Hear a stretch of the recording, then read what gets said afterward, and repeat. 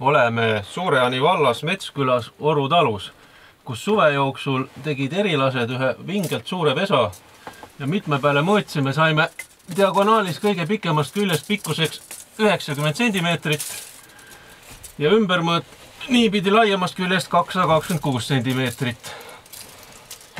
Fotokateadlane Tiit Teder ütles, et see on üsna haruldane, sellepärast tavaliselt erilased ühe suvega ei jõua nii suurt pesa teha. Aga noh, vahepeal juhtub. Ja peremees Priit Talts ütleb, et erilasi lendas sisse kõvasti suve jooksul, nii et alguses ei julgenud nagu ligi tullagi. Noh, oli oodata ja, et midagi suur siin peab olema, et vaatama ei julgenud tulla. Aga siis, kui lõpuks tulite, siis oli üllatus suur. Aga mis nüüd sellest pesast edasi saab, seda teie praegu otsustanud ei ole, et võib-olla kas mõni muuseum äkki tahab endale? Jah, enam pakkumisel.